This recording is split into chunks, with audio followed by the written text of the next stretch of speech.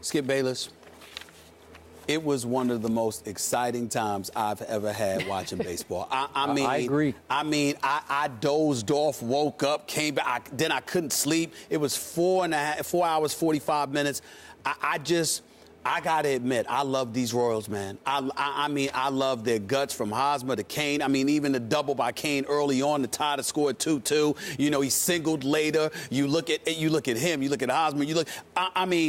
The only thing that threatened to ruin everything, I thought the game was over. I actually tweeted it was over once Brandon Moss just went berserk, hit 2 home runs last night, smacked that 3-run homer off of Ventura. I looked at Yost, this manager for the Kansas City Royals, and I said, he should be.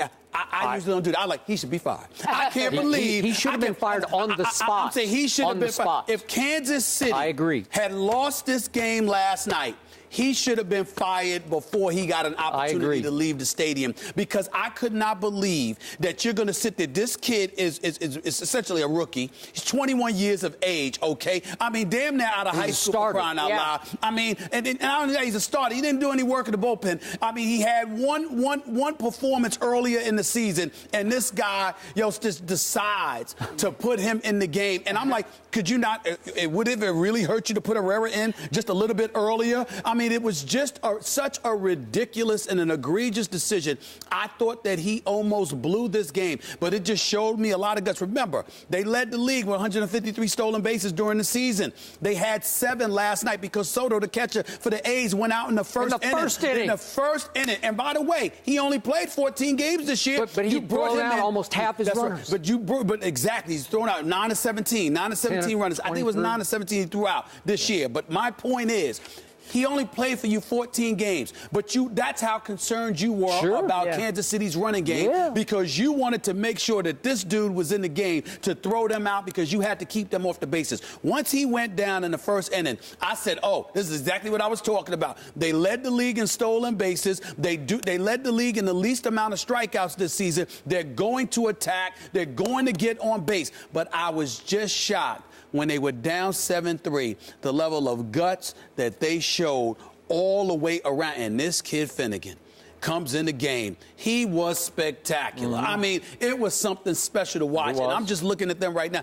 I'm just loving this team. I got to admit, if they end up winning, it's not going to bother me, because that crowd seemed to go from the football game Monday night to the stadium, the baseball stadium last night. And it was special to watch. It was special to watch. I loved every moment of it, and it was beautiful. And by the way, at some point in time, your boy Billy Bean, you really gonna have to win some postseasons. I'm about to address. And it's on Melvin. And it's on Melvin. I know more on Melvin than Billy Bean. But come on now, you got to win something. Well, go ahead, though. Kansas City special. Before I rant over here, and by the way, I would have made the same pick again 100 times out of 100. Okay. I want to congratulate the Royals fans. I was there in that ballpark in 1985, the last time they were even in the playoffs, when they won Game 7 of that World Series. Yeah. And I'm with you. Beautiful to see George Brett there, too. You could argue, even though this was sort of a play-in, kind of a playoff game, this is about as good as it's ever been. I'm not sure you can find a better playoff game than that one. Yeah. I covered several of Billy Bean's teams. I got to know him very well. We did have our battles, but I love this man. And Brad Pitt played him in the motion picture called Moneyball, just for the record. I watched it. In my career, I have never been around a human who took losing harder than Billy Bean takes losing. Trust me on this. It's miserable today.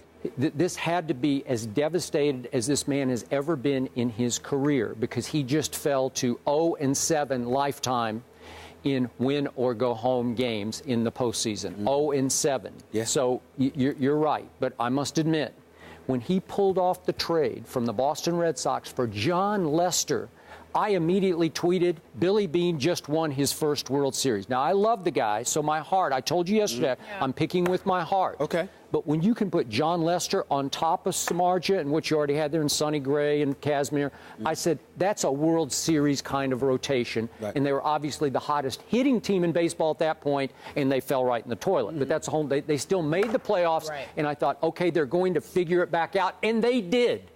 Brandon Moss, right away, 2-run homer in the first inning off big game James Shields, and it's 2-0. You have staked John Lester to a 2-0 lead. And then they bounce right back in the 6th, and they give John Lester a 7-3 lead in the 6th inning. This is a man in his career who is 85-1 with a 3 or more run lead in his career. This man has the 3rd best postseason ERA in the history of baseball with pitchers with 10 or more starts. That's pretty good. 1.97 in the postseason. No question. He has dominated the Kansas City Royals throughout his career. He was 3-0 against this same team this year, and he's got a 7-3 lead.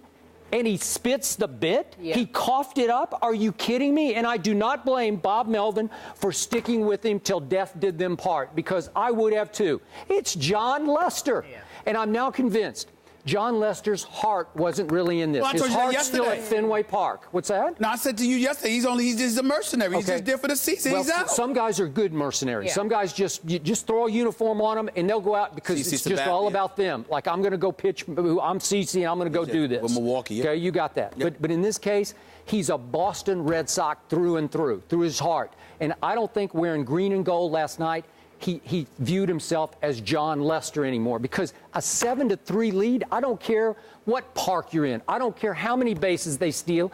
He was dominating them until all of a sudden, the 8th inning, boom, boom. It's impossible. This cannot be happening. And Stephen A., I take nothing away from the Royals. They would not die. I've never seen anything like it. They would not die. And remember, the A's in the top of the 12th went ahead. They scored a run. They go up by 1. What was it, 8-7 at that point? And bottom 12, boom, boom, boom. They came right back again, and they win it 9-8. It's impossible what they did. God bless you, and God bless Billy Beane today, because he's in a bad place.